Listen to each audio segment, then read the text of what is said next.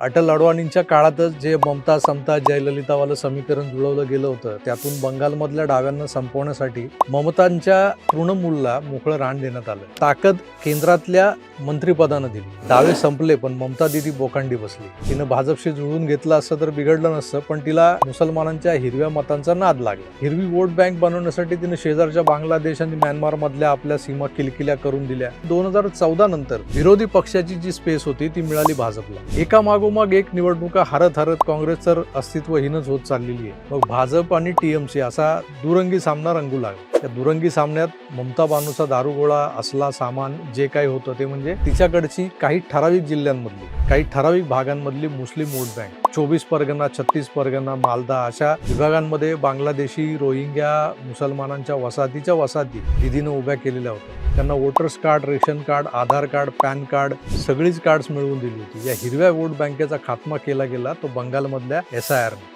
जवळपास 1 crore bogus voters बंगालच्या मतदार यादीतून छाटले गेले. हाच होता टर्निंग पॉइंट.